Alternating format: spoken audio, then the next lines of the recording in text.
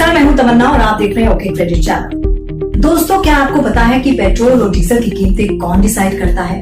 इसे डिसाइड कैसे किया जाता है और आखिर इसका पूरा प्रोसेस क्या है? अगर आप भी इन इंटरेस्टिंग सवालों के जवाब जानना चाहते हैं तो हमारा आज का ये वीडियो सिर्फ और सिर्फ आपके लिए है, क्योंकि आज आपको कई ऐसे सवालों के जवाब मिलेंगे जिसके बारे में आप और मैं आज से पहले नहीं जानते थे।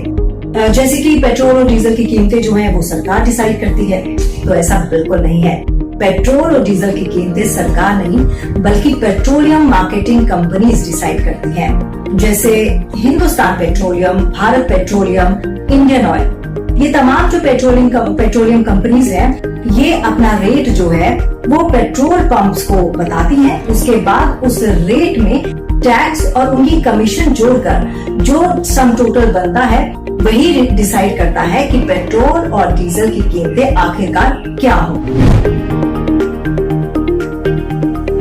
तो जिस कीमत पर हम पेट्रोल पंप से पेट्रोल खरीदते हैं उसका करीब 48% बेस प्राइस यानी आधार मूल्य होता है, और इस बेस प्राइस में भी कच्चे तेल की कीमत, प्रोसेसिंग चार्ज और कच्चे तेल को शोधित करने वाली रिफाइनरियों का चार्ज शामिल होता है। अमूमन रिफाइनिंग चार्ज प्रति लीटर 4 रुपए आरोपित किया जाता है। इसके अलावा करीब 35% एक्साइज ड्यूटी यानी केंद्र सरकार का हिस्सा, करीब 15% सेल्स टैक्स और 2% कस्टम ड्यूटी लगाई जाती है।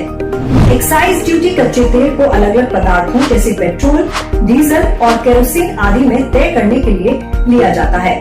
वहीं सेल्स टैक्स यानी बिक्री कर संबंधित राज्य सरकार द्वारा लिया जाता है। चूंकि अब तक ईंधन को जीएसटी में शामिल नहीं किया गया है, इस वजह से इस पर एक्साइज ड्यूटी भी लगती है और वैट भी।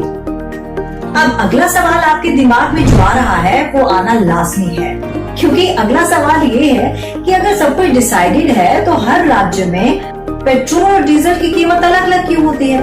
तो भाई ये तो आपको पता ही है कि बिक्री कर हर राज्य में अलग है। दिल्ली में अलग है, मुंबई में अलग है, कहीं और आप जाएंगे, किसी और राज्य में जाएंगे तो वहाँ अलग होगा। तो यही बिक्री कर जो है वो डिसाइड करता है कि कौन से राज्य में कीमत कितनी होगी। अब जैसे आप एग्जांपल ले लीजिए, मुंबई में जो तेल है वो दिल्ली की तुलना में महंगा है। उसका सबसे बड़ा उदाहरण यही है, उसकी सबसे बड़ी वजह यही है कि दिल्ली में बिक्री कर जो है वो कम है और मुंबई में ज्यादा है। इसलिए पेट्रोल और डीजल की कीमतें मुंबई में ज्यादा हैं और दिल्ली में कम है। तो यही फैक्टर है सबसे बड़ा जो हर राज्य में पेट्रोल और डीजल की कीमतों को ऊपर नीचे करता है। आपको बता दें, विभिन्न स्टेट में ये बिक्री कर या वैट 17% से लेकर 37% तक है। टैक्स की बात करें तो औसतन सरकार डीजल पर 66% से अधिक और पेट्रोल पर 100% से अधिक टैक्स लगाती है। साधारण शब्दों में ईंधन की कीमत के तय होने की प्रोसेस की बात करें तो आधार कीमत पर केंद्र सरकार उत्पाद शुल्क आरोपित करती है। इसके बाद कंपनी डीलर को तेल बेच देती है और डीलर तेल की कीमत पर अपना कमीशन और राज्य सरकार द्वारा लगाए जाने वाला कर और वैट जोड़ता है, और फिर इस पर पर्यावरण उपकर आदि जोड़कर पेट्रोल और डीजल की अंतिम कीमत का निर्धारण किया जाता है। और इस तरह पेट्रोल और डीजल हमारी गाड़ियों में आते आते असल कीमत से दुगने से भी ज्यादा हो जाता है। तो चलिए, अगर आपको ये वीडियो, ये जानकारी पसंद आई तो आप लाइक का बटन तो दबाइएगा ही, साथ ही हमारा चैनल भी जरूर सब्सक्राइब कीजिएगा और बेल आइकॉन को दबाना बिल्कुल मत भूलिएगा, क्योंकि हम चाहते हैं कि सबसे पहला जो नोटिफिकेशन है कोई भी नए वीडियो का वो आप तक जल्द से जल्द पहुंचे। मुझे दीजिए इजाजत, अगली बार फिर से आऊंगी कुछ और नई जानकारी के साथ। ओके क्रेडिट, बिजनेस ओके है।